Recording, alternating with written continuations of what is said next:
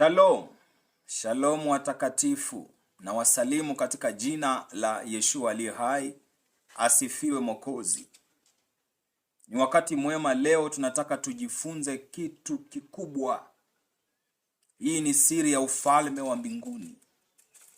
Nataka niwafundishe farasi wanne wa kitabu cha Ufunuo. Haleluya, glory Masihi.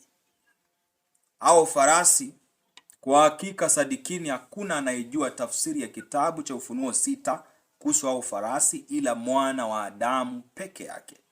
Wahubiri wametafsiri mitandaoni na makanisani mwao wakidhani wanamfanyia Mungu ibada, kumbe wanamuhuzunisha, kwa sababu wametafsiri vibaya neno la Mungu. Keep holiness holy. Usitafsiri neno la Mungu kwa ajili ya tamaa zako. Lakini sasa asema Bwana majeshi, uwe mwana wa hekima, mimi nakupa hekima. Nawe mshike sana elimu, usimwache aende zake. Shikamana sana na utakatifu wangu, nawe utauona ufalme wangu. Kwa maana mimi nitakuwa Mungu wako, nawe utakuwa mtu wa ibada katika ufalme wa waabuduo. Maana lazima utengenezwe kabla uwe kiumbe cha ibada. Moja kati ya matengenezo ambayo lazima utengenezwe ni kufundishwa utakatifu siku nyingi sana, na uwe mtu wa kuomba. Usikose kuomba, usikose kuabudu, kwa maana hivyo ndivyo iwapasavyo watakatifu kuishi. Usikose yapende sana mafundisho yangu, nawe utapata kuokoka. Maana alegezaye viuno vyake hawezi kunisikiliza mimi. Nalimwambia Riko Dai Sailide. Nalimwambia Ayubu ya kwamba, Ayubu, jikaze viuno, nitasema na wewe. Kwa hiyo Mungu akitaka kusema na wewe, ni lazima ujikaze viuno. Na maanisha lazima uwe mtu mwenye bidii na mtu uliye na discipline in holiness. Lazima uwe na discipline. Maisha yako, you must be disciplined by the Holy Spirit. Hallelujah. Lazima uwe disciplined by the Holy Spirit. Keep time, keep praying, never cease to pray. Hallelujah. Hallelujah, say glory Masihi. Nataka nianze kitabu hiki cha Ufunuo. Mighty Holy Spirit, the Father of spirits, I now preach holiness. Let your will be done upon their life. Open up their mind, and glory be to your name. Your throne is eternal. Your kingdom is everlasting. You reign forever. The Holy Lamb of God, who was slain for the sin of these nations, now purify their mind, bless their soul, sanctify their knowledge, keep them holy, bless their lives, in the mighty name of Yeshua. Amen. Hallelujah. Haya, sasa sikilizeni. Kitabu ni cha Ufunuo wa Yohana 6, naanza mstari wa kwanza. Neno la Mungu linasema, kisha nikaona hapo mwana kondoo alipofungua moja ya zile muhuri 7. Nikasikia mmoja wa wale wenye uhai 4 akisema kama kwa sauti ya ngurumo, njoo.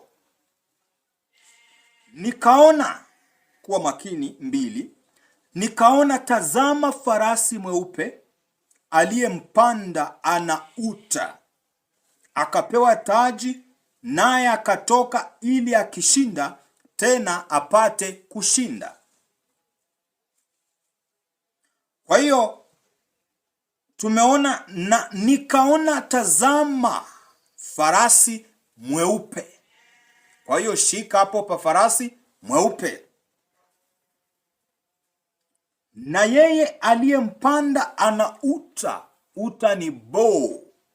Kwa kizungu ni bow. Bow ni kama ngao hivi, kumaanisha huyu ni mtu anayekuja vita. Akapewa taji. Taji ni kama vilemba crowns. Akapewa crown. Crown is the glory. Crown is the name. Akapewa taji. Naye akatoka ali akishinda, tena apate kushinda. Akatoka ali akishinda. Inamaanisha alishinda huko alikotoka, tena hapa apate kushinda. Alishindaje huko alikotoka? Hiyo ndio swali yetu. Kwanza, huyu farasi mweupe ni nani? Nani aliyempanda huyu farasi mweupe? Ali akishinda inamaanisha alikuwa ameshinda hata huko alikotoka, tena apate kushinda. Tena apate kushinda. Katika huo Ufunuo wa Yohana huo 5 sasa, kuanzia 5, na mmojawapo wa wale wazee akaniambia, usilie, tazama simba aliye wa kabila ya Yuda, shina la Daudi, yeye ameshinda apate kufungua kile kitabu na zile muhuri 7. Umeona, hali akishinda. Ali akishinda ni tofauti na tena apate. Inamaanisha ushindi huu ni wa pili. Ushindi wa kwanza ni kufungua mihuri, kumaanisha huyu ni mtu ambaye alikuwepo kabla misingi ya dunia. Na kabla misingi ya dunia, maandiko yanasema Yesu Kristo, the Christ was ordained before the foundation of the earth. Yesu alikuwa ordained before the foundation of the earth. Inamaanisha ali akishinda. Hapo nimekueleza. Kwa hiyo farasi mweupe ina maana gani? Katika maandiko, weupe ama nuru katika tafsiri inamaanisha utakatifu. Ndio weupe. Kwa hiyo farasi mweupe inamaanisha huyu ni mtu ambaye anakuja. Kumbuka, farasi hatumzingatii sana. Tunachotafuta kukijua ni na yeye aliyempanda. Sasa huyo ndo mtu. Mtu ni yeye aliyempanda. Lakini farasi ni mnyama. Si farasi ni mnyama? Wenye dhambi wanaitwaje na manabii wakali? Na maandiko yanawaitaje? Isaya anasema kutakuweko na njia ya utakatifu. Njia iitwayo utakatifu. Wajapokuwa wajinga hawatapotea, bali wanyama wakali hawataipita. Utakatifu ni kwa ajili ya wanadamu, sio kwa ajili ya wanyama wa porini. Ni kwa ajili ya wanadamu. Lakini mwanadamu ambaye hajaokoka anaitwa mnyama. Ama mwanadamu aliyejawa na shetani anaitwa mnyama. Ndio maana yule mnyama wa Ufunuo ni mtu asiyekuwa na uungu ndani yake, anaitwa mnyama. Na wanyama kali inamaanisha ni kitu ambacho hakimfurahishi. Kitu ambacho hakimfurahishi mtu, watu hawakipendi. Yaani inamaanisha tabia mbaya. Kwa mfano, ukiwa mwenye zinaa, watu hawakupendi tu. Ukiwa kahaba, watu hawakupendi tu. Ukiwa mchawi, watu wanakuchukia tu, hawakupendi. Kwa maana hiyo ni tabia, ni mnyama mkali. Kwa hiyo sasa mnyama ni farasi. Sasa kama farasi ni mnyama, mwanadamu anaitwa mnyama. Lakini sasa huyu ni mnyama, lakini ni mnyama mweupe. Mnyama mweupe ni nini? Mnyama mweupe ni mtu aliyesafishwa kwa damu ya mwana kondoo na kwa utakatifu wa neno la Mungu. Kwa hiyo ni mtu aliyeokoka, ni mnyama mweupe. Hana madoadoa, sio mchafu. Kwa hiyo kama farasi ni mnyama, kwa hiyo kumaanisha farasi mweupe ni mwanadamu. Lakini huyu mwanadamu ni mweupe. Mweupe ni nani? Ni mzungu. Kwa hiyo farasi mweupe inasimamia mzungu. Lakini kuna maandiko yanasema, nikaona natazama farasi mweupe, na yeye aliyempanda ana uta. Na yeye aliyempanda ni nani sasa? Farasi tumepata ni mnyama, mnyama ni mwanadamu. Kwa hiyo farasi mweupe ni mwanadamu, farasi ni mnyama, lakini ni mweupe. Sasa farasi ni nini? Ni mnyama mweupe. Kwa hiyo kama farasi ni mnyama mweupe, na mnyama ni nini katika maandiko? Ni fumbo la kumaanisha mwanadamu. Ndio maana wakisema naliona mnyama mfano wa chui, inamaanisha chui itaanza kutukimbiza ikituwekea chapa ya mnyama. Sio chui, sinamaanisha serikali za wanadamu. Na si ni wanadamu, si wanyama kama chui. Sasa farasi ni mnyama, lakini ni mweupe. Inamaanisha nini? Ni mwanadamu mweupe. Mwanadamu mweupe ni nani? Sisi wa Afrika ni wanadamu weusi, lakini huyu ni mweupe, si ni mzungu? Sawa. Kwa hiyo sasa yeye aliyempanda alikuwa ndani, alikuwa juu ya farasi mweupe. Juu ni nani? Nataka unifuate kimakini tumjue huyu farasi ni nani. Yesu Kristo akasema ya kwamba tazama roho ya Baba i juu yangu. Si alisema hivyo? Tazama roho ya Baba i juu yangu, niwapate kuwakomboa waliofungwa na kuwatangazia mwaka wa kufunguliwa waliofungwa na kuwahubirieni maskini habari njema. Tazama roho ya Baba i juu yangu, i juu yangu. Na hapa sikia inasema farasi mweupe, na yeye aliyempanda ako wapi? Ako juu ya farasi.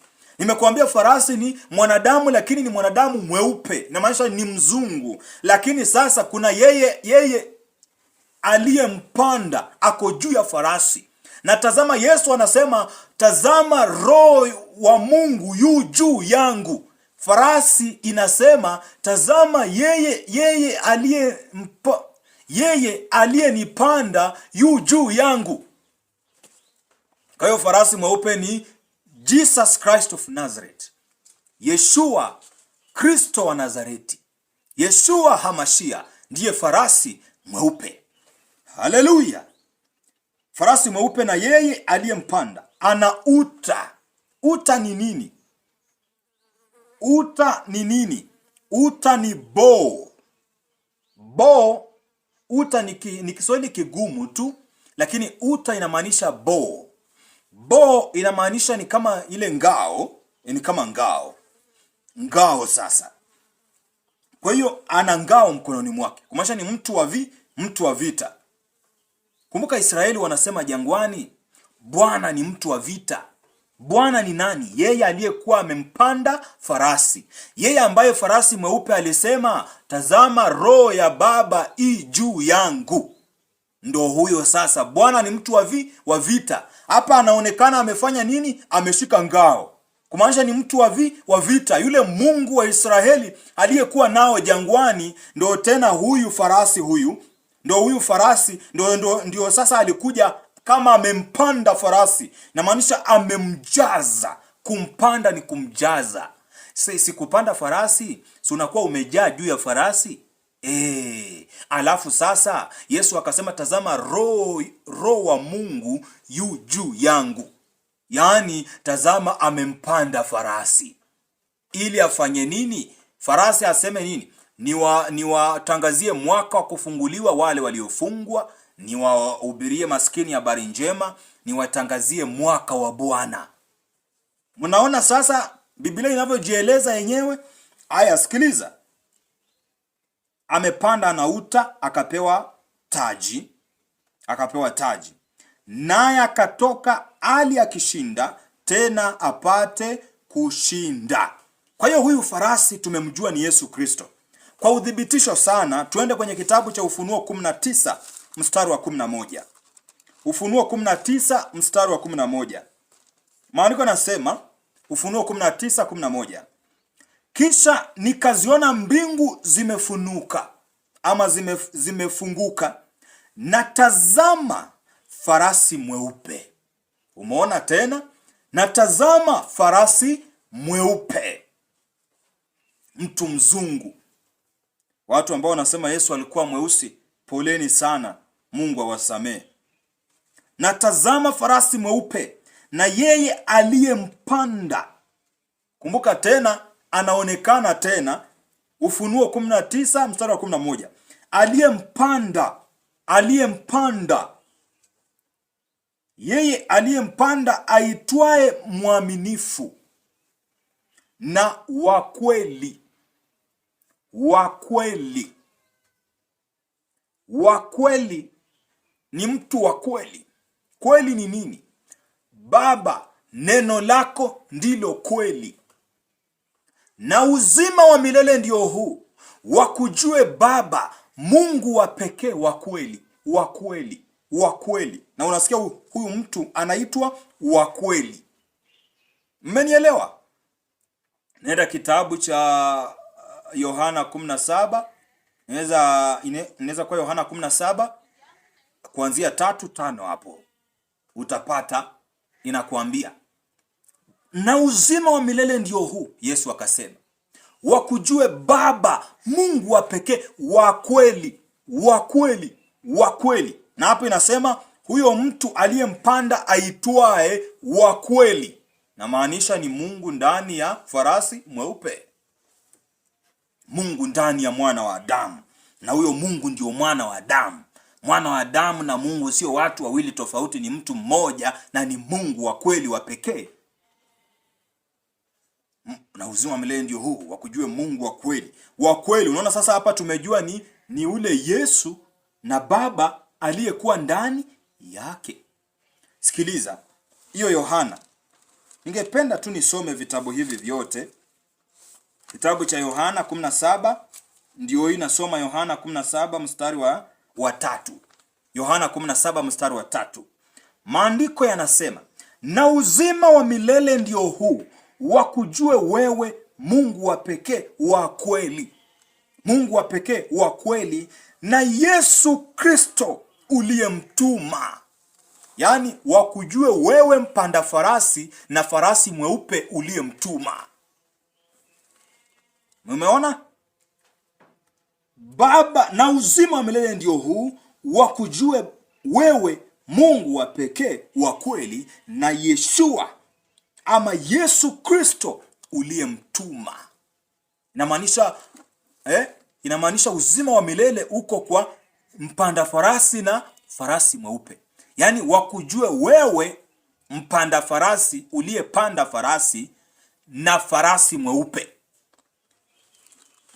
Ndivyo ilivyo. Turudi kwenye kitabu cha Ufunuo hiyo 19, tunaendelea. Wa kweli, naye kwa haki ahukumu na kufanya vita. Mmeona hapa Ufunuo 6 nasema yeye aliyempanda ana uta, yani ana ngao. Mtu ambaye ana ngao si anakwenda vitani? Ndiyo, anakwenda vitani. Tunamuona kwenye vitabu vya Agano la Kale, anaitwa Bwana ni mtu wa vita. Aya, sikiliza kimakini. Anasema naye kwa haki ahukumu. Tunajiuliza ahukumu, kuhukumu. Naye kwa haki ahukumu. Twende Matendo mlango wa 10 mstari wa ngapi? Mstari wa 42.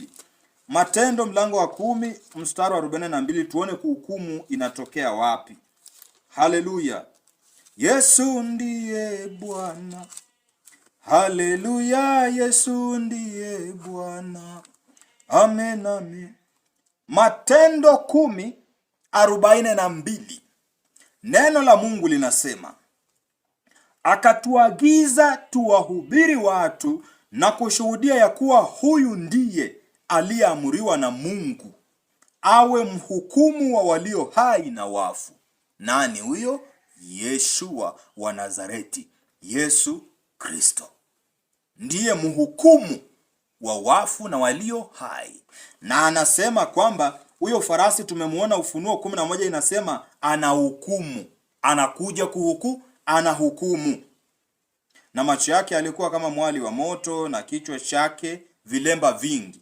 Kwa hiyo kichwa chake kina vilemba. Na hapa amesema, nikaona tazama farasi mweupe, naye aliyempanda ana uta, akapewa taji. Taji ni nini? Vilemba. Na hapa imesema ana vilemba vingi, akapewa taji. Na hapa imesema naye kichwa chake kina taji nyingi. Tuone udhibitisho kabisa kwamba ni Yesu. Naye ana jina lililoandikwa asilolijua mtu. Naendelea na hiyo Ufunuo 19 kuanzia 11 kuendelea. Asilolijua mtu ila yeye mwenyewe. Naye amevikwa vazi lililochovya katika damu. Yaani amevikwa mwili uliojazwa na Roho Mtakatifu katika damu, na jina lake aitwa Neno la Mungu. Na jina lake anaitwa Neno la Mungu. Kwa hiyo aliyepanda farasi mweupe anaitwa Neno la Mungu. Na sasa kama anaitwa Neno la Mungu, tutaenda kwenye kitabu cha Yohana tuone huyu Neno la Mungu akoaje. Yohana 1 kuanzia mstari wa 14. Neno la Mungu, si tunajua ni Yesu. Haya, Yohana itakuthibitishia. Inasema, naye neno alifanyika mwili akakaa kwetu, nasi tukauona utukufu wake, utukufu kama wa mwana pekee. Mwana wa Mungu ni nani? Yeshua, Yesu Kristo, mwana pekee atokaye kwa Baba, amejaa neema na kweli. Amejaa neema na kweli, mwana pekee. Naye neno alifanyika mwili, na anaitwa neno la Mungu. Alifanyika mwili akakaa nasi, tukauona utukufu wake, utukufu kama wa mwana pekee atokaye kwa Baba, amejaa neema na kweli. Mtu kama amejaa kweli tunamuhitaji kwa jina wa kweli. Kwa hiyo ndio maana umeona hapo jina lake aitwa wa kweli. Haya, kama aitwa wa kweli, tumemuona ni Yesu Kristo. Kwa hiyo kama ni kuhukumu, nimekusomea Matendo ya Mitume akifanyaje? Petro akishuhudia. Sasa pia tunaweza kusoma Yohana 9:39. Tuone ya kwamba huyo mhukumu pia yeye mwenyewe kwa kinywa chake alisema anakuja kuhukumu. Ndiyo, 9:39 kitabu ni cha Yohana. 9:39 kitabu ni cha Yohana. Yesu akasema, mimi nimekuja ulimwenguni humu kwa hukumu, ili wao wasioona waone, nao wanaoona wawe vipofu. Yaani watu wasimwamini na wale na wengine wamwamini. Kwa hiyo amekuja ulimwengu kwa hukumu. Amekuja kama hukumu. Ni kama mimi. Kunisadiki ni mwana wa Mungu ni ngumu sana. Inahitaji rehema za Mungu. Ndio maana nimekuja kwa hukumu. Ili wengi watakosa kunisadiki, watatupwa jehanamu ya moto. Wengi watanisadiki na kuirithi paradiso ya Mungu. Yesu Kristo alisema, nalitumwa kwa watu wangu lakini wamenikataa. Makahaba, walevi, watoza ushuru na wazinzi ndio ambao wamenikubali.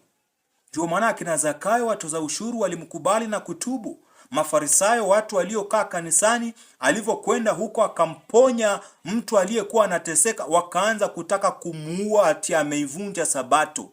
Walio wake walifanyaje? Walimkataa. Makahaba wakamkubali. Ndio maana akasema, nilikuja kwamba wao wanaoona, yani wanaojiona wameokoka, wanajifanya wameokoka, wasione.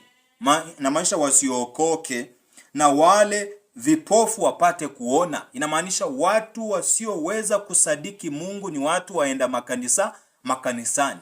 Lakini makahaba, wazinzi, watoza ushuru watamwamini Mungu kwa haraka na kwa upesi mkubwa sana. Haya, tumemwona huyo farasi, tumeridhika naye. Farasi wa kwanza usiambiwe sijui ni nini. Farasi wa kwanza ni Yesu Kristo wa Nazareth. Yaani ni Yeshua aliyeziumba mbingu na nchi. Sasa farasi wa pili, kuwa kimakini. Na alipoifungua muhuri ya pili, nikamsikia yule mwenye uhai wa pili akisema, njoo. Akatoka farasi mwingine mwekundu sana.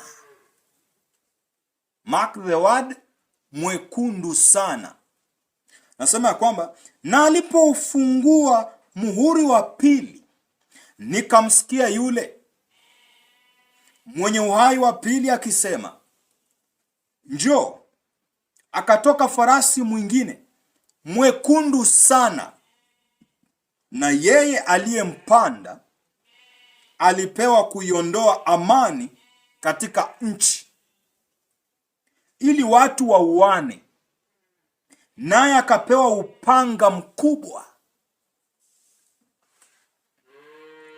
Mwekundu inamaanisha nini? Kwanza mwekundu inamaanisha, mwekundu ni damu. Farasi mwekundu ni damu. Damu ni nini? Ni Roho Mtakatifu. Kwa hiyo huyu farasi alikuwa mwekundu. Mwekundu inamaanisha ni mtu aliyeoshwa kwa damu ya mwana kondoo. Sasa huyu farasi lazima awe alikuja baada ya Yesu kumwaga damu.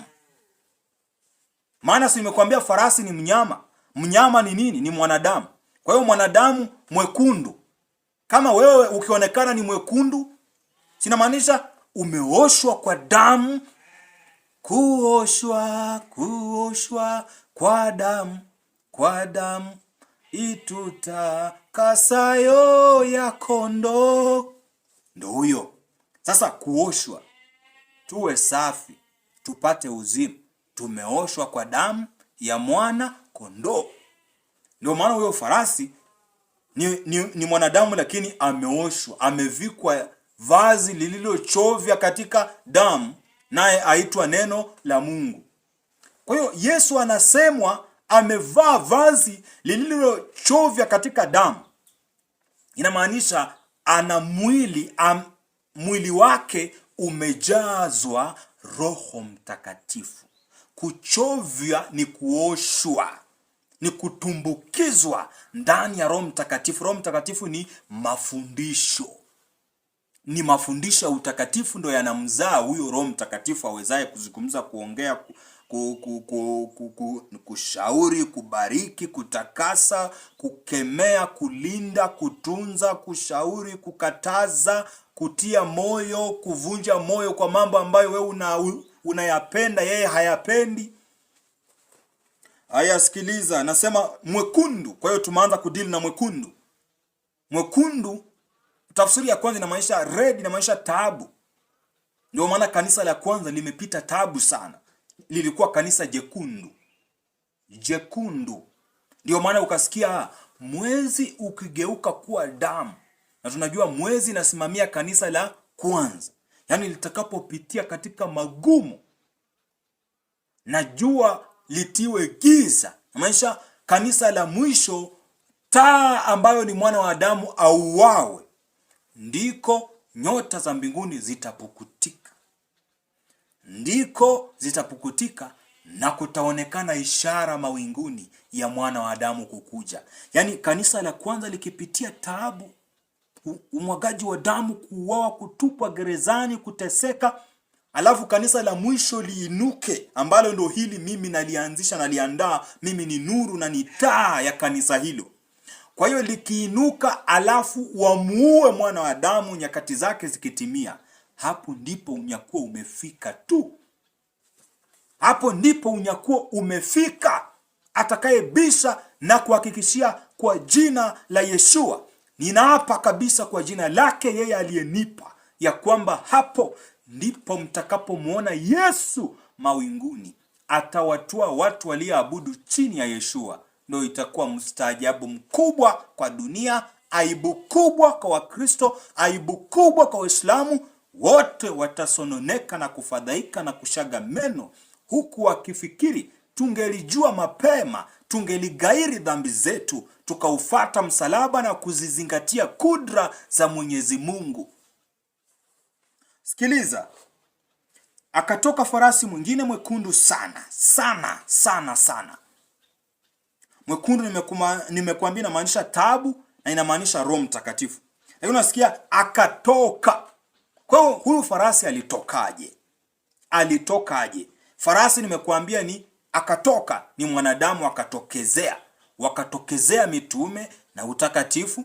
Kwa hiyo hii farasi na maelezo ya muhuri wa pili ni sasa kile walichokuwa wakifanya mitume na kanisa la kwanza baada ya Yesu kuondoka. Maana huyu farasi alipokuja alipata kuna damu duniani. Hiyo damu ni gani? Damu ambayo imetawala ulimwengu kwa sasa hivi ni miaka 2000, sasa hivi ni mwaka wa 3000. Hiyo damu imetawala dunia, damu ya Yesu. Kwa hiyo damu ilipatikana dunia, ndo huyo farasi aliwapata wanadamu wameoshwa kwa hiyo damu. Kwa hiyo huyo farasi ni nani? Ni Roho Mtakatifu. Roho Mtakatifu ni nani? Ni Yesu aliyebadilisha umbile. Haleluya! Inamaanisha ni ikarika sai. Roho Mtakatifu ni Yesu aliyebadilisha umbile. Inamaanisha Yesu asiyeonekana anaitwa Roho Mtakatifu. Yesu anayeonekana anaitwa mwana wa Adamu, Kristo. Mnanielewa? Sasa sisi tunaabudu chini na tumezaliwa na tupo chini ya farasi mwekundu ambaye ni Yesu aliyebadilisha umbile. Yesu tusiyemuona, tunajazwa na yeye na tunamhisi yupo hapa kwa ajili ya ile magnetic holiness, kwa ajili ya utakatifu. Ukijaza chumba unahisi kuna Mungu. Kwa ajili nini? Unahisi mambo tofauti, kuna manukato ya utakatifu wa mbinguni. Hey, say God.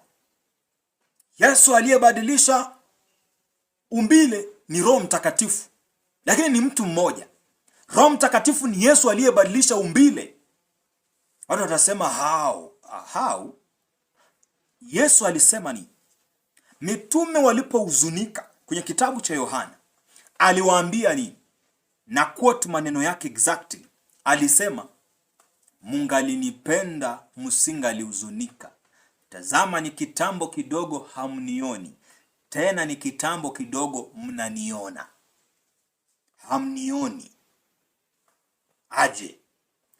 Matendo 1:9 inasema, walipokuwa wakiongea, wingu lilishuka kule Galilaya likampokea, akaenda. Sasa hamnioni, na maanisha amekwenda kwa wingu, na ni kitambo kidogo mnaniona. Mnanionaje? Matendo 2:1, ghafla kukashuka na upepo wa nguvu kutoka mbinguni ukajaza chumba, Roho Mtakatifu akawajaza. Hamnioni kwa wingu, akaenda. Ni kitambo kidogo mtaniona Roho Mtakatifu. Nasema kwamba Roho Mtakatifu haonekani. Yesu akasema, na quote maneno yake exactly, akasema, huyo Roho wa kweli ambaye ulimwengu hauwezi kumpokea kwa sababu haumtambui wala haumuoni, lakini ninyi mmemuona na mnamtambua kwa sababu akaa ndani yenu. Akaa ndani yenu. Haleluya! Kwa hiyo Roho Mtakatifu ni Yesu aliyebadilisha umbile. Msiwaabudu Mungu watatu. There is no Trinity. Is a lie. That is a theologian lie. That is a human ideology. God is one. Oh Israel, your God is one. Mungu wenu ni mmoja. Mungu ni mmoja hivi. Mungu hajai kuwa wawili ama watatu. There is nothing like triune God. There is nothing like triune God. God is one. Jesus is the Lord. Is our God. Hallelujah. Huyo ndiye Mungu aliyekamilika. Angalipo duniani alikuwa mwana wa Mungu kwa sababu alikuwa ni Mungu asiyekamilika.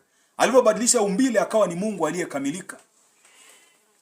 Haleluya. Kwa hiyo huyu alipata damu, lakini kuna anasema atokaye farasi mwekundu ni mitume, kwa sababu mili ya mitume imepatikana na taabu sana. Farasi ni mnyama ni mwanadamu. Mwekundu, red, inamaanisha damu.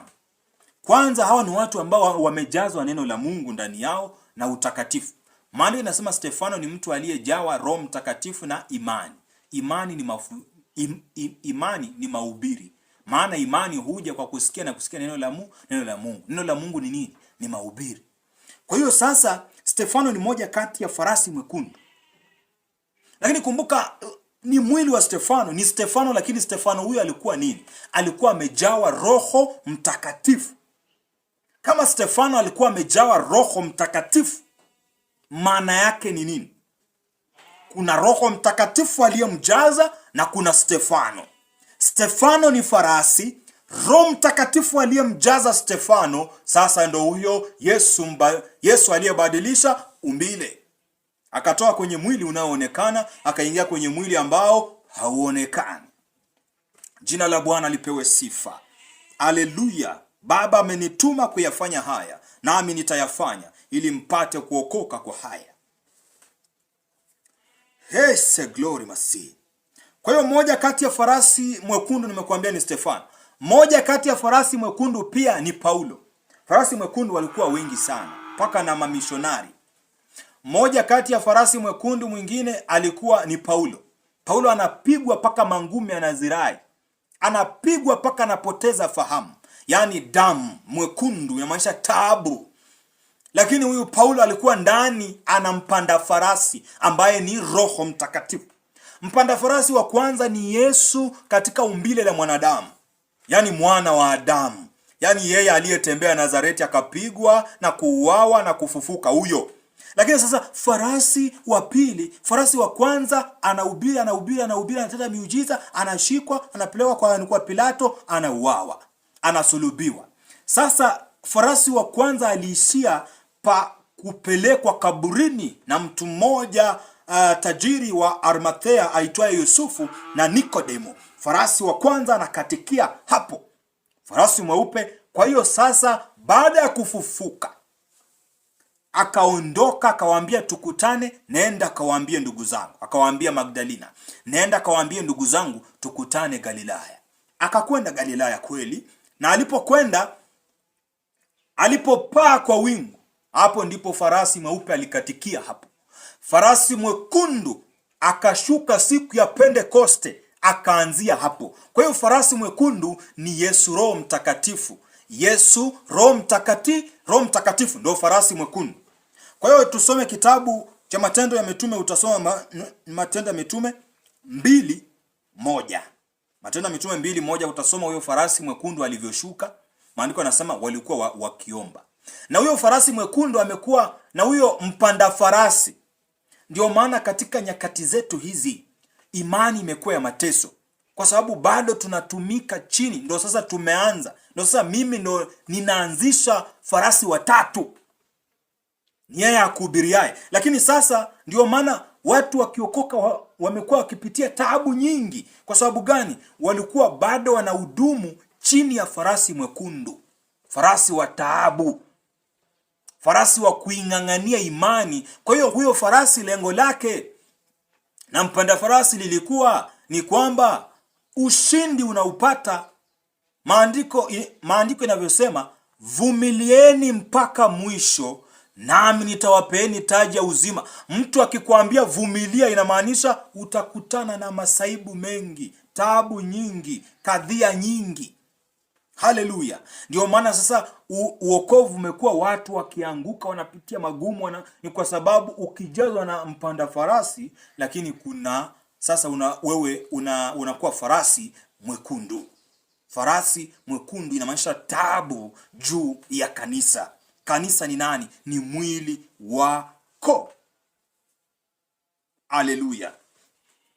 Kwa hiyo sasa, na mpanda farasi umemuona. Huyu mpanda farasi amekuwa akishuka sana.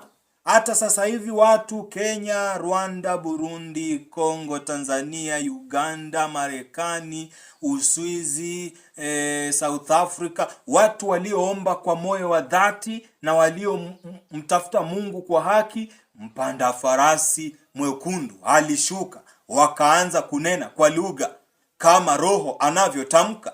Na sasa utajuaje umejazwa na mpanda farasi mwekundu?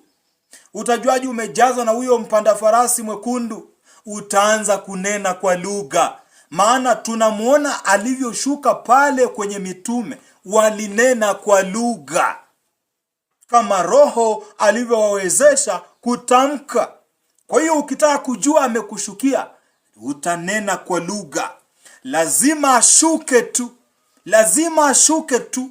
Maana sasa kuna mihuri miwili itatendeka kwa safari moja. Mpanda farasi mwekundu, yani Roho Mtakatifu atatawala dunia, wakati Kristo katika mwili farasi mweusi pia anatawala. Yani inamaanisha nitawahubiria muokoke, mtubu dhambi, mjazwe na Roho Mtakatifu. Na Roho Mtakatifu ni mpanda farasi mwekundu, ni ujazo wa Roho. Lazima atakujaa, iwe kwa taabu, iwe kwa... Lakini sasa vizuri, mna mtetezi, mna Mwokozi awaombeaye rehema mbele za Mungu. Unaomba rehema, lakini kanisa linalindwa na nguvu za Roho Mtakatifu aliye duniani, aliyevaa mwili. Mwokozi ni wawili. Wa kwanza ana mwili, wa pili amebadilisha umbile, amekuwa Roho Mtakatifu ambaye ni Yesu Kristo. Sasa ndiye atawajaza watu ambao wanahubiriwa na huyu Mwokozi wa pili, farasi mweusi. Haleluya. Kwa hiyo sasa hawa farasi akasema, huyu farasi akasema alipewa na yeye ali katika nchi, na yeye aliyempanda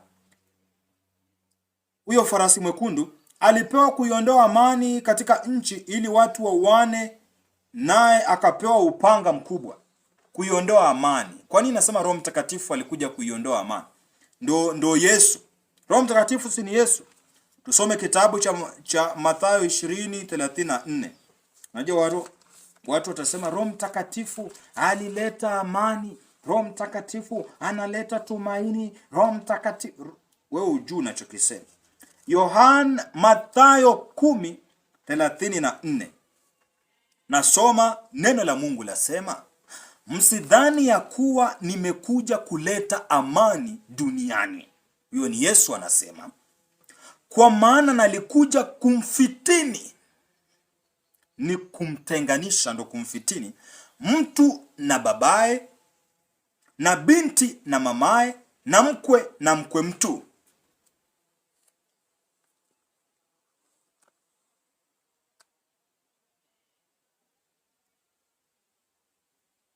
Mkwe na mkwe mtu. Msidhani nilikuja kuleta amani, bali upanga.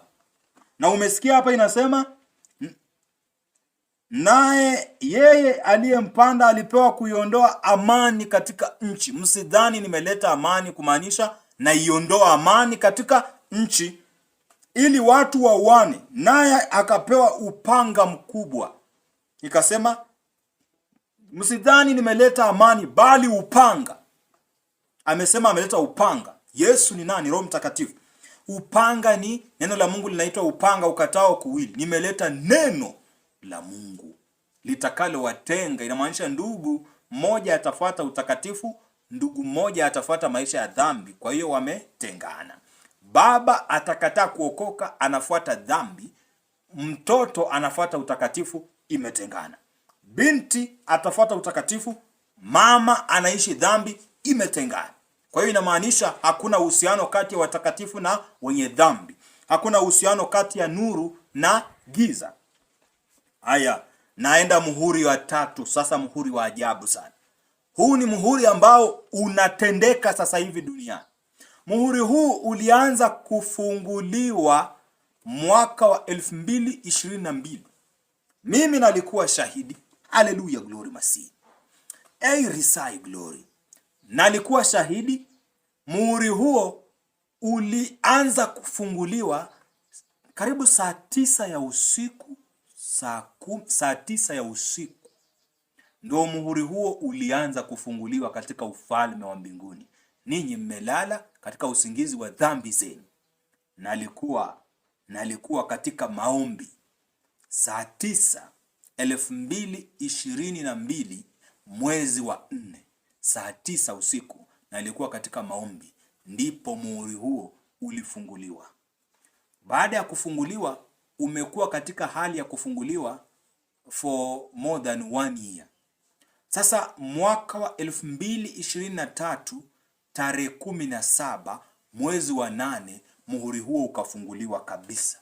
Sasa farasi mweusi akatumwa duniani. Sasa farasi mweusi akatumwa katika ulimwengu. Sikiliza, maana huu ni muhuri unaokuhusu wewe. Sasa nyakati hizo zipo. Nimekuja duniani kama hukumu, ili wale wanaoona wasione, wasioona wapate kuona, lakini wanaoona wawe vipofu. Ina maana ya kwamba autazamaye mwili wangu atajikwaa, lakini atazamaye roho iliyo ndani ya mwili huu atasimama milele. Maana mwili wangu haufai kitu, bali maneno niwaambiayo ndiyo Roho Mtakatifu na ni uzima. Yesu Kristo alishawahi yasema maneno haya ninayoyasema katika Yohana 6:63. Alishawahi yasema, waliotazama mwili wake walijikua, waangalie Mafarisayo.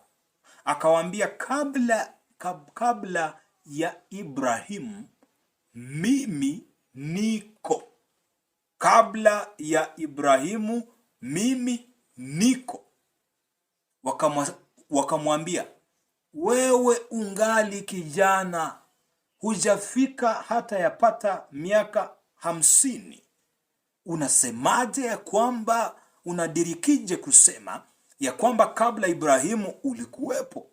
Na Ibrahimu alitamani sana, alifarijika.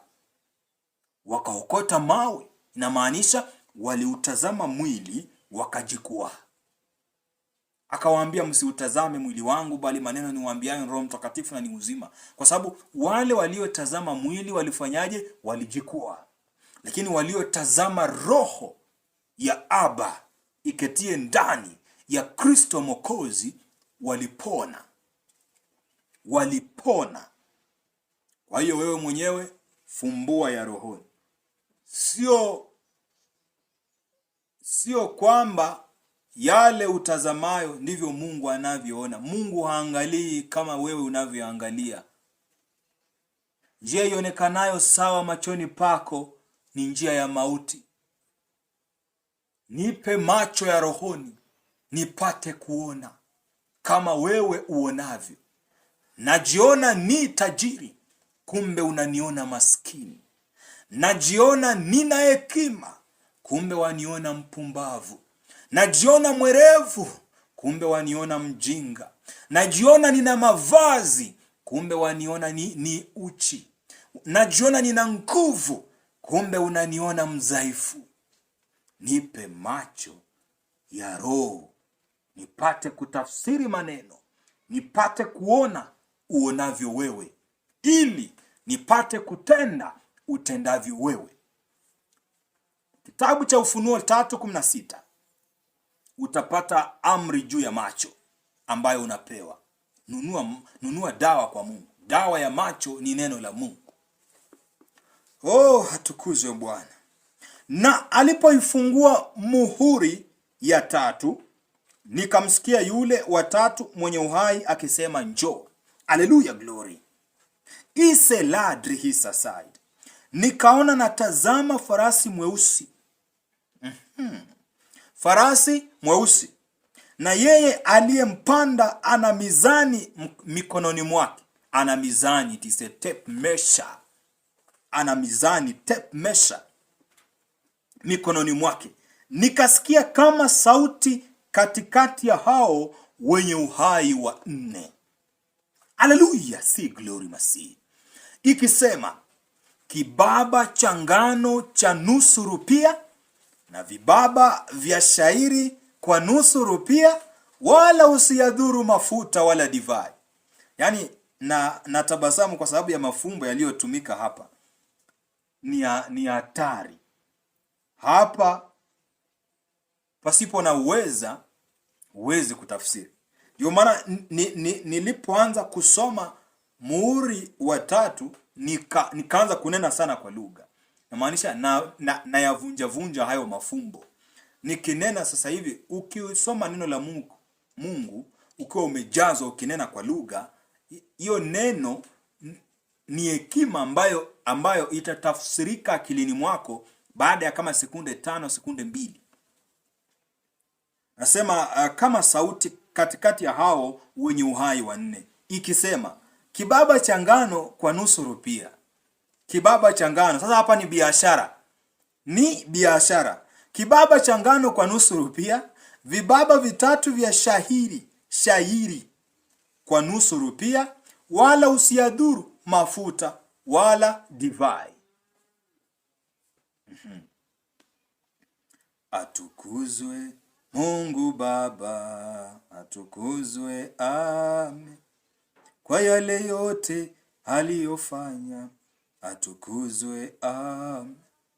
Utukuzwe Mungu Baba, utukuzwe amen, kwa yale yote aliyofanya. Utukuzwe amen. Utukuzwe Bwana Yesu, utukuzwe amen. Aya, tunaanza sasa.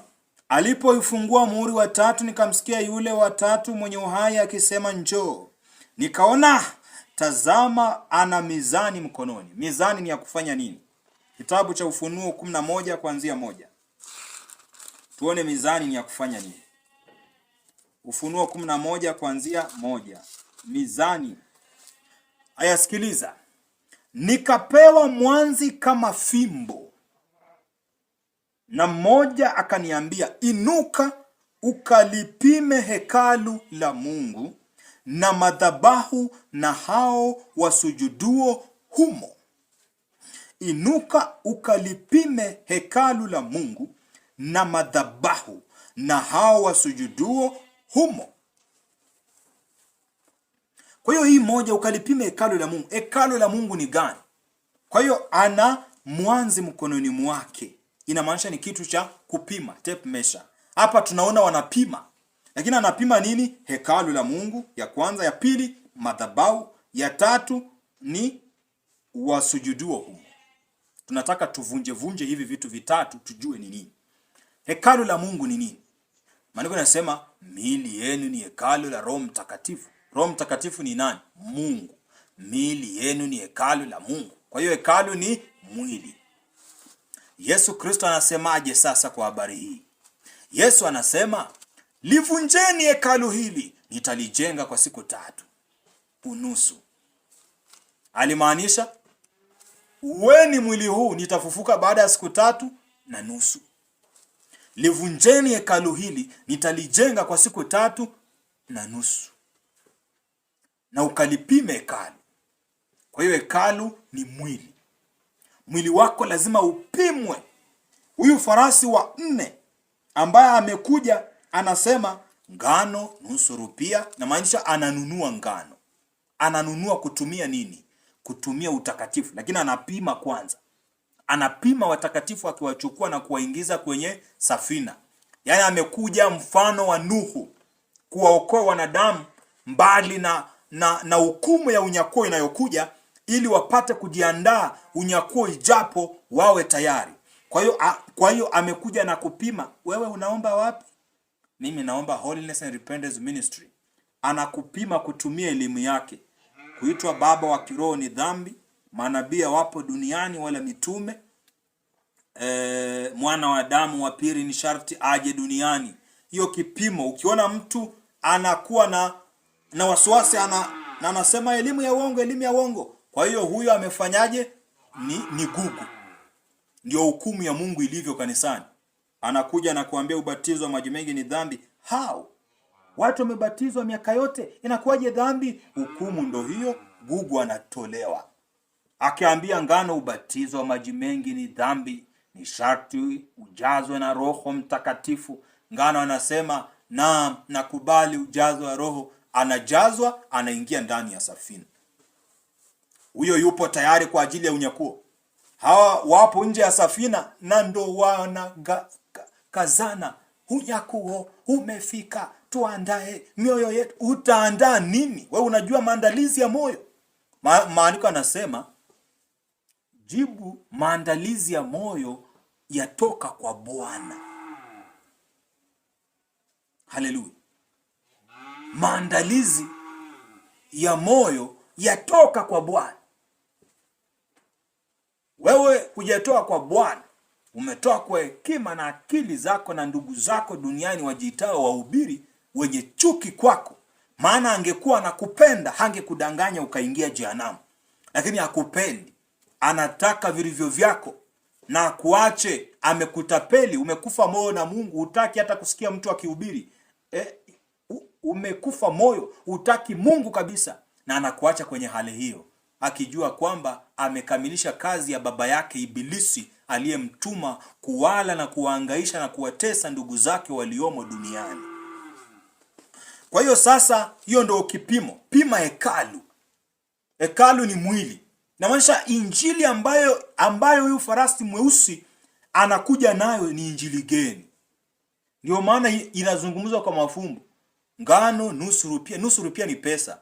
Kama kusema ngano shilingi 200, shairi shilingi 300, usiguse divai na ngano. Maisha ni mtu ambaye amekuja kwa ulinzi. Usiguse. Inamaanisha is a watcher, a spiritual watcher. Is a watchman in the spirit. Ndio maana usiguse, na maanisha ni mlinzi. Na huyu mlinzi tutasoma Danieli 12:1. Utapata kumuona mlinzi huyo anazungumzwaje, habari zake zipi. Lakini kwanza hapa akasema kupima, ukapime hekalu, na umemuona ana kipimo. Kupima hekalu ni mwili. Na huu mwili na upima kutumia nini? Usisuke nywele, usitumie mapambo, mwanamke asihubiri, usivae nguo zinazoonyesha utupu wako, jisitiri, usivae vikuku na vipuli. Huu mwili nasema kwamba usitembee kwenye maeneo ya dhambi. Yaani napima mwili kutumia injili kali mno. Inakuwa omba sana bila kukata tamaa. Usitumie vipodozi wala vitu gani. Kuwa natural. Ishi kwa kumwogopa Mungu. Mwabudu Mungu pasipo kuchoka. Mwili. Miili yenu ni hekalu la Roho Mtakatifu. Jicho likiwa safi, mwili wote ni msafi. Sikio lako, heri asikiaye maneno yangu na kuyatii. Na maneno yenyewe yako kinyume na mwili. Yanaua mwili. Kwa hiyo nitapima, nikipata mwili una nguvu kuliko roho, wewe unapata hukumu. Hukumu yako mimi sikuhukumu. Maneno ni kuambiao ndiyo yatakayo kuhukumu. Si Yesu alisema hivyo? Si wahukumu, bali maneno ni waambieni ndiyo yatakayo wahukumu.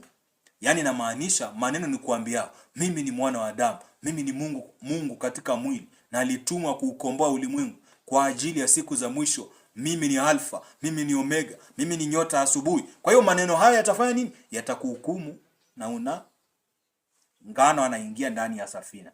Kwa hiyo wewe huko nje utakuwa unapiga kelele tu, unyakuo. Lakini unyakuo unatokea, unaona safina inabebwa, inapanda mbinguni. Wewe unabakia kwa aibu. Uliwatusi ndugu yako ni wenye dhambi, na wewe ni mwenye dhambi wa sirini, mwenye dhambi unafanya dhambi takatifu, mwenye dhambi ambaye anatenda dhambi kwenye maeneo matakatifu. Ole wako. Sasa akapima hekalu na pia pima madhabahu. Kama wewe ni mwanafunzi wangu mzuri, utapata niliwafundisha nikawaambia madhabahu ni moyo wa mwanadamu, si ndio? Sio pale mbele inaitwa pulpit. Pulpit si madhabahu. That is a front part of the church. Hallelujah. That is a front part of the church. Hiyo ni sehemu ya mbele tu ya kanisa. Yaani ili huyu mtu akisimama hapo juu mnamuona mkiwa mbali. Lakini madhabahu ni moyo. Riko sai. Irikai masi glory tia. Mondri sai tria sai tia. Madhabahu ni moyo. Moyo ni roho. Ndio maana nitakwambia kama hujajaza Roho Mtakatifu hujaokoka. Inamaanisha nini? Namaanisha kwamba napima sasa roho, napima madhabahu. Yaani namaanisha kama kujaza na Roho Mtakatifu inamaanisha nini? Inamaanisha kujazwa na Roho Mtakatifu inamaanisha sasa kwenye madhabahu yako kuna mhubiri ambaye ni roho wa kweli. Nitawachieni Roho Mtakatifu wa kweli ambaye atafanya nini? Ambaye atawafundisheni yote, atawafunulia mambo yajayo, atawakumbusha habari ya dhambi, atawakumbusha habari ya hukumu. Sasa mtu mwenye anakukumbusha habari ya dhambi si ni mhubiri? Mhubiri anakaa wapi? Madhabahuni. Madhabahu ni wapi? Kwenye moyo wako. Kwa hiyo roho, ndio maana nilikwambia kama una Roho Mtakatifu hujaokoka. Inamaanisha nini? Inamaanisha una mhubiri kwenye madhabahu. You are blind, which means you are at the risk of attracting evil spirits at your altar. And that altar is the heart. Kimjazacho mtu ndicho kimtokacho. Katika hazina ya mabaya mtu hutoa mabaya. Oh, si love God. Kwa hiyo sasa madhabahu yanapimwa hivyo. Hiyo ndio kupima. Lakini kupima hapa na wasujuduo humo, kujua ni watu wangapi. Yohana yeye alipima Waisraeli akajua. Nenda kwenye kitabu cha Ufunuo 7 mstari wa kwanza itakuambia sikiliza. Ufunuo 7 mlango wa 7 mstari wa 4. Nikasikia hesabu yao waliotiwa muhuri katika kila kabila ya Israeli, watu 144,000. Waliotiwa muhuri ni waliojazwa na Roho Mtakatifu. Nenda wa Efeso 1:13 itakwambia na muhuri tuliotiwa kwa yule Roho wa kweli. Roho Mtakatifu ndio muhuri, na waliotiwa muhuri ndio hao wamehesabiwa wa kabila ya Yuda 12,000, kabila ya Rubeni 12, Gadi 12, kuendelea chini mpaka wakafika 144. Lakini akasema nikasikia hesabu yao. Inamaanisha hakuwapima, lakini alisikia tu hesabu yao. Inamaanisha walishapimwa na mwana wa Adamu. Wana wa Adamu ndo wanapima. Lakini anaambiwa hapa kitu ambacho ni siri yetu sasa, sisi mataifa. Anaambiwa na behewa iliyo nje ya hekalu. Na behewa, kumbuka Roho Mtakatifu amewashukia sana Wayahudi. Sisi si mataifa. Na uamsho wa Roho Mtakatifu ulitokea tu ndani katika taifa la Uyahudi, sio haya mataifa. Na behewa iliyo nje ya hekalu uiache nje, wala usiipime. Maana kuna yule wa kupima ambaye ni farasi mweusi. Usiipime, kwa maana mataifa, ndo huyo mataifa wamepewa hiyo, hao wa ukanyagao mji mtakatifu miezi 42. Nami nitawaruhusu mashahidi wangu wawili. Mashahidi wawili ni nani? Nimekuambia kuna farasi mwekundu ambaye watatumika. Kama unafuatilia hii video vizuri, kuna mahali nimekuambia kutakuwa na mihuri miwili inatenda kazi safari moja. Si nimekuambia muhuri wa pili na watatu? Nikakwambia kutakuwa na mwana wa damu wa mwilini na yule mwana wa damu aliyebadilisha umbo ambaye ni Roho Mtakatifu. Nimekuambia hivyo. Hao ndo hawa mashahidi wawili. Lakini mashahidi hawa, mmoja anaonekana, mmoja anaishi ndani ya mwingine. Haleluya. Yaani shahidi wa pili ni Baba, sio mwana wa Adamu. Haleluya. Ni Baba. Shahidi wa kwanza ni yule unayemuona hivi, anaongea Kiswahili ili upate kuelewa. Shahidi mwingine, shahidi wa kwanza. Shahidi wa pili rikresai. Shahidi wa pili ndo huyo anayenena kwa lugha, anakaa ndani ya huyu anayezungumza Kiswahili. Yaani Baba ndani ya mwana ndo mashahidi.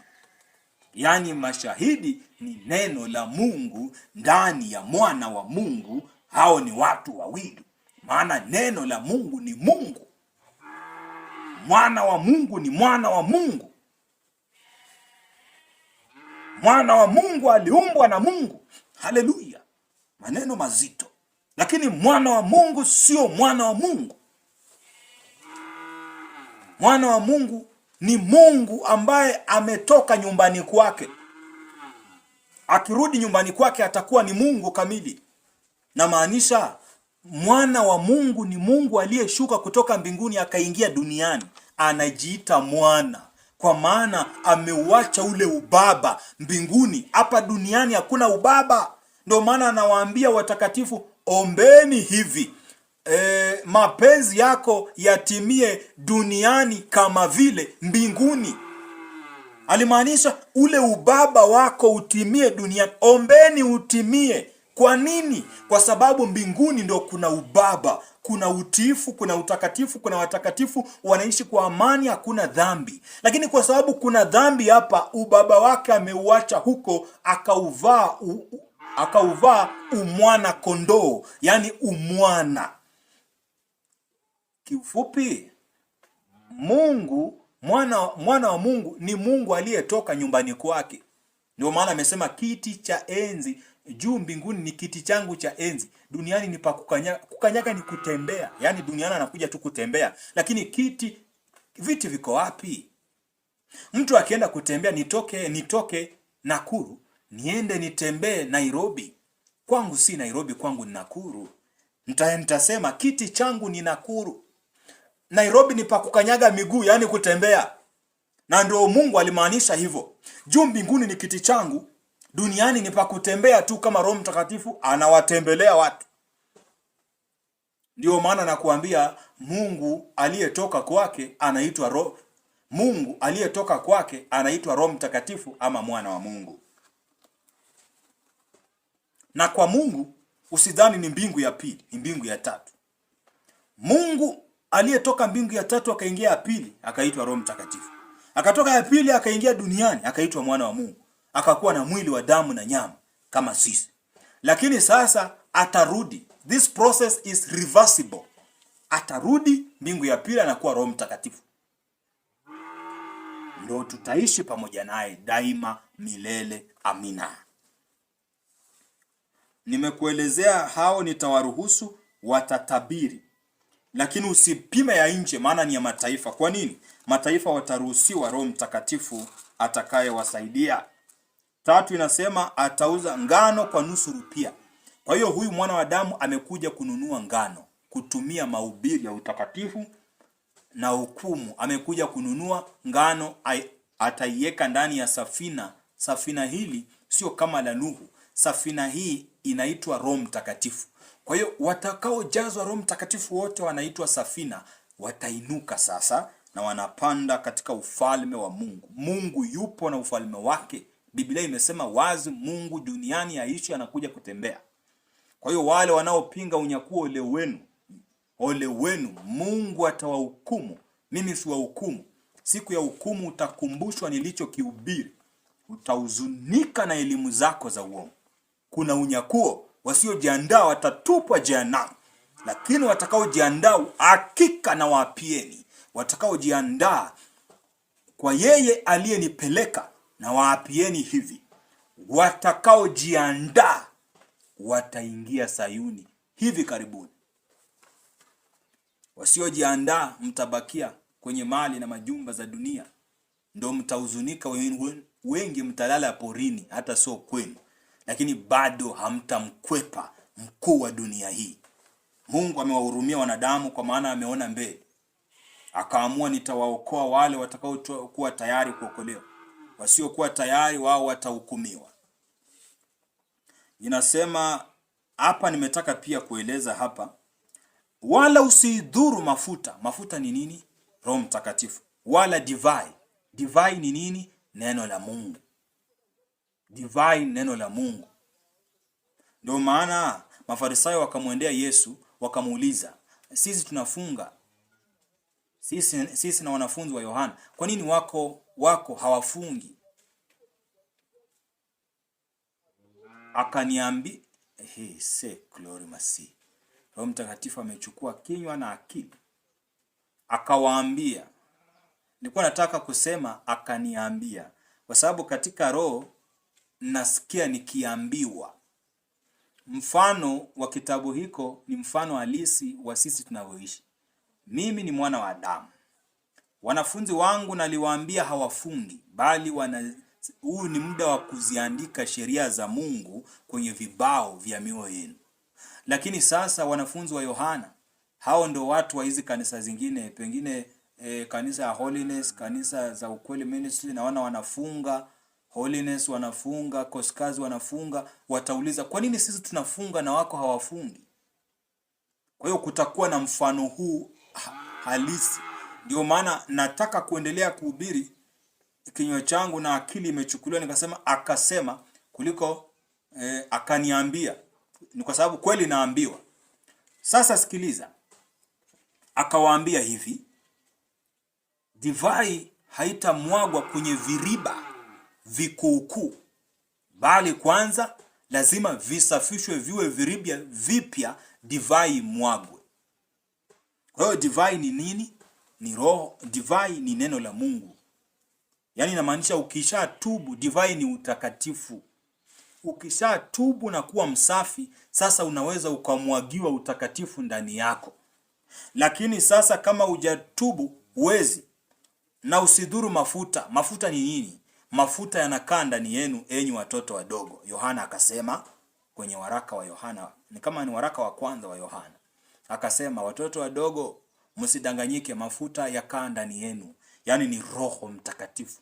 Kwa hiyo wala usimdhuru Roho Mtakatifu na neno la Mungu.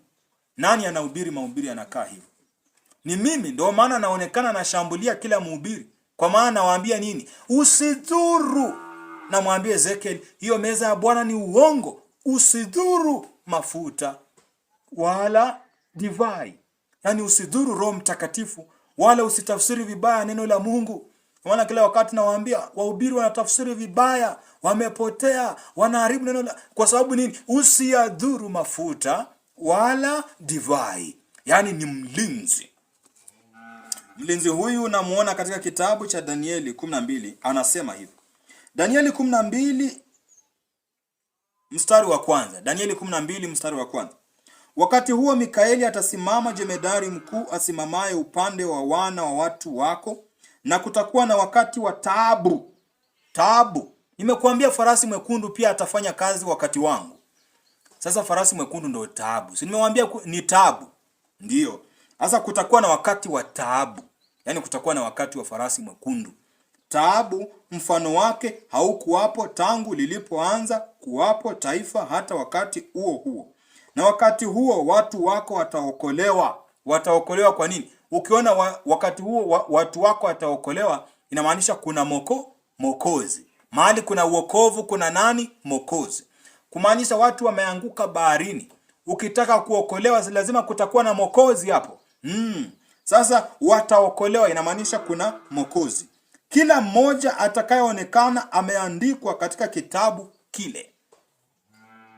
Kumbuka Yesu, wanafunzi wake hawakuteseka wakati alikuwa duniani. Hakuna hata mwenye aliwatia gerezani, kwa sababu alikuwa amelifunika taifa lile kwa nguvu na uweza wa uungu wake. Sasa ninyi usikae kwa kuogopa kwamba imani tutateseka. Kila taifa nitalifunika kwa wingu wa uungu wangu, kama Baba yangu alivyoniamuru. Nitasimama upande wa watu wangu, ili Bwana apate kutukuzwa. Hapa anasema, na wakati huo Mikaeli jemedari atasimama. Yaani huyu ni malaika ambaye ataonekana pamoja na mwana wa Adamu.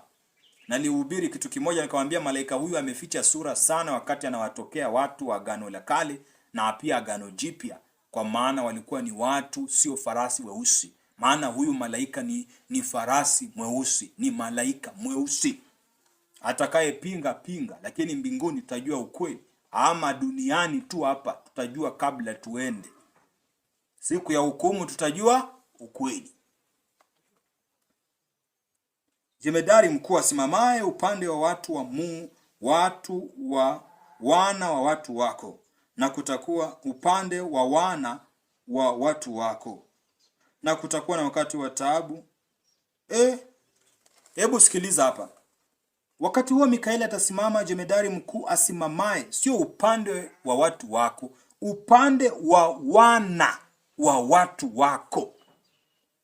Ni tofauti na upande wa watu wako. Ni upande wa wana wa watu wako. Watu wa Mungu ni akina nani? Ni nuru na giza. Katika elimu iliyopita nimewafundisha. Watu wa Mungu ni mokozi wawili.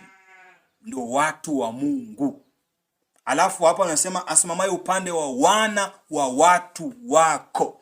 Na maanisha watoto wa kiroho wa wana wa Adamu wawili. Hao ndio ambao Mikaeli jemedari mkuu. Yaani huyo malaika atatumwa kwa ajili ya ulinzi wa watakatifu siku za mwisho. Ni malaika hatari sana. Ni hatari sana. Kwa sababu wakati huo ni hatari. Mikaeli ndo amiri mkuu wa jeshi. Malaika asimamaye wakati wa hukumu. Gabrieli ni mjumbe tu. Huyu ni wa hukumu. Either yes or no. Ni malaika ambaye he doesn't tolerate nonsense. Ayasikiliza, wana wa watu wako nimekuambia ni watoto wa rohoni wa wana wa Adamu. Kwa nini wana wala si mwana? Ni kwa sababu Roho Mtakatifu atakuwepo na yupo. Ndio maana kunaenda kuwa na mass baptism of the Holy Spirit at the end time before the rapture. And that thing is going to take place very soon. It is beginning. That is now the revival. The revival. Where everyone shall be filled with the Spirit of holiness. And once you are filled with that Spirit of holiness, that angel will be next to you. You become untouchable. Wacheni kuona Wakristo wanaodhihakiwa na kunyanyasika hawa ni wakora hawa. Wampendi Mungu, wanapenda tamaa zao. nadhani nabakia hapo. Nimebakia na mihuri mingapi? Nimegusa mihuri mitatu. Kumebakia mihuri mingapi? Mitatu. Kwa hiyo mihuri mitatu iliyosalia nitarekodi clip nyingine, kwa sababu naona nimefika mwisho kabisa kweli. Nimewaelezeni huo muhuri. Sasa imebakia muhuri wa 4, 5 na 6. Nimeeleza mihuri mitatu. Ikabakia hiyo mitatu, nitakuja kuwaeleza. Kwa hiyo mtu asikudanganye. Mtu asikudanganye kabisa. Mpate kubarikiwa. Yashike sana neno la Mungu. Uliandike kwenye kibao cha moyo wako. Usimwache Mungu akaenda zake. Maana utamtafuta utampata. Mungu atafutwi. Mungu anawajilia wale wamtafutao. Mungu anawajilia wale wamuombao kwa bidii, na wanaoshika neno lake atakujilia. Ukimtafuta utampata wapi? Maandiko yanasema roho yako imetanda kila mahali. Duniani nikifanya kitanda changu, kuzimu iko, mbinguni huko. Kwa hiyo utampata wapi? Sasa wewe kitu cha kufanya, omba na ushike neno la Mungu. Asanteni sana, mpate kubarikiwa. Kwa neema hayo mahubiri mengine yatapata kibali. Asanteni sana, mpate kubarikiwa.